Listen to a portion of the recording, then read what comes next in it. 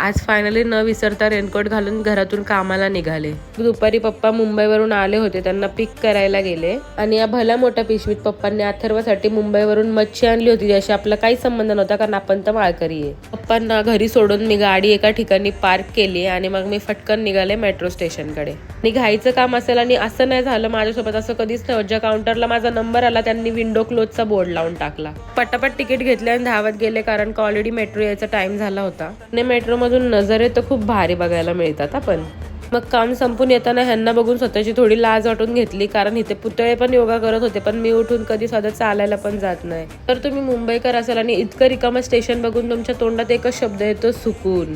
कारण मस्त बिना गर्दीचा तुमचा प्रवास होणार असतो. हे मेट्रोचं स्कॅनिंग बिनिंग मला एकदम भारी वाटतं कारण लोकल आली, धावत पकडले असं काही सीन नाही. आणि मग घरी जात असताना मला हा खजाना दिसला, ज्यातनं मी थोडी शॉपिंग केली. माझ्या झुमक्यांच्या कलेक्शन मध्ये थोडी भर करून मग मी गाडी घेऊन घरी निघाले.